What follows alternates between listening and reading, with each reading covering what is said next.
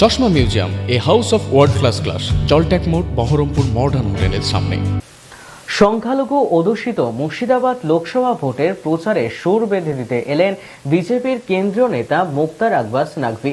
এদিন তিনি সাংবাদিকদের মুখোমুখি নানা প্রশ্নের জবাব দেন। এদিন সকালে বিজেপির অস্থায়ী পার্টি অফিসে আসন্ন লোকসভা ভোটের প্রস্তুতি ও প্রচারে দলকে সুসংগঠিত করতে কর্মী সম্মেলন করলেন মুক্তার আব্বাস। তার মাঝে সংবাদ মাধ্যমের মুখোমুখি বিভিন্ন প্রশ্নের উত্তর দিলেন বিজেপির কেন্দ্রীয় নেতা মুক্তার আব্বাস নাকভি।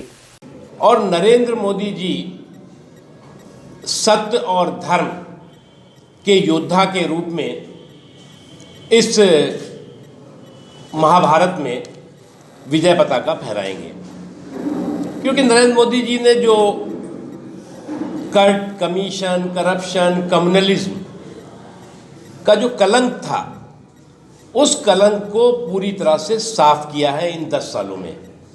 और जब कट, कमीशन, करप्शन का कलंक पूरी तरह से साफ होगा तो वो लोग जो लोग कि कट, कमीशन, करप्शन और कम्युनलिज्म के कुनबे के कैरेक्टर रहे हैं, उन कैरेक्टर्स में कन्फ्यूज़न और डिप्रेशन दोनों साफ दिखाई पड़ेगा।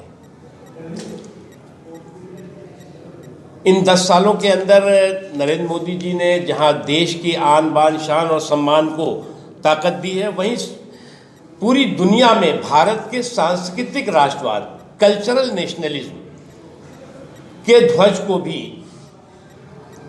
मजबूती के साथ फहराया है, स्थापित किया है।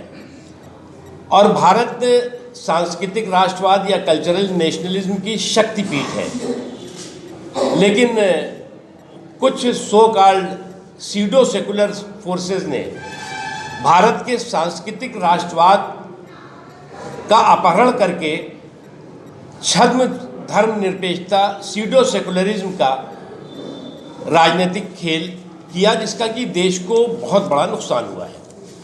और आज अगर आप देखें तो देश का जो आज मूड है, देश का जो आज माहौल है, उस देश के मूड और माहौल ने तमाम उन राजनीतिक पार्टियों को, जो राजनीतिक पार्टियां की परिवार के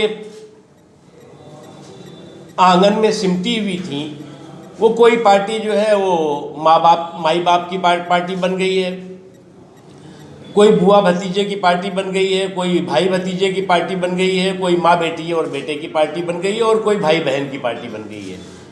और इस 24 के चुनाव के बाद ये सभी पार्टियां चुनाव आयोग के चक्कर काटेंगी अपनी मान्यता को बचाने के लिए, क्योंकि जनता का मूड बहुत इनके खिलाफ है। और ये जो आज आप बहुत स्पष्ट तरीके से इस बात को आप महसूस करेंगे कि नरेंद्र मोदी जी की तपस्या की ताकत और परिश्रम के परिणाम ने देश के समावेशी विकास और सर्वस्पर्शी सशक्तिकरण, इंक्लूसिव डेवलपमेंट और इंक्लूसिव एम्पावरमेंट को एक बहुत मजबूत ताकत दी है, और जिसका असर कि कश्मीर से कन्याकुमारी तक, कच्छ से कटक तक, बंगाल से हर कोने तक दिखाई पड़ता है। ये बात सही है कि कुछ लोग पहले इकट्ठा होकर के कह रहे थे कि हम जो है वो मोदी जी को हराएंगे, अब खुद आपस में ही लड़ाई लड़ रहे हैं। कोई कह रहा है कि जी हम कांग्रेस को हराएंगे, तो कोई अपने ही साथी, और कोई कह रहा है कि हम तृणमूल को हराएंगे, कोई कह रहा है हम कम्युनिस्ट को हराएंगे, कोई कह रहा है कि हम किसी अपने ही साथी को हराएंगे। तो ये इनका अपना वो, क्योंकि इनके गठबंधन की गठरी में जितने छेद हैं, उससे ज़्यादा इनके अंदर महत्वाकांक्षी मतभेद हैं। मैं एक बात बोलूँ आपको कि भारतीय जनता पार्टी जो है वो इस वक्त मोदी की गारंटी और मोदी के काम की गारंटी और मोदी की विश्वास की गारंटी के साथ पब्लिक के बीच में है। और जब ये गारंटी है तो 10 साल का हमारा कामकाज है। एक तरफ हमने स्टेबिलिटी दी है, एक बार मोदी जी की कैपेबिलिटी है, और लोगों का एम्पावरमेंट है। नंबर 1, ये पहली सरकार है जो बिना कांग्रेस पार्टी के, तृणमूल कांग्रेस के, कम्युनिस्ट पार्टी के रिमोट और रिबोट के अपने 10 साल पूरे करते हुए 11वें साल में जो पार्टी अपने आप को नेशनल पार्टी कहती थी, मैंने कहा ना, अभी इनकी जो तृणमूल कांग्रेस है इस चुनाव के बाद चुनाव आयोग के चक्कर काटेगी अपने पार्टी की मान्यता को बचाने के लिए।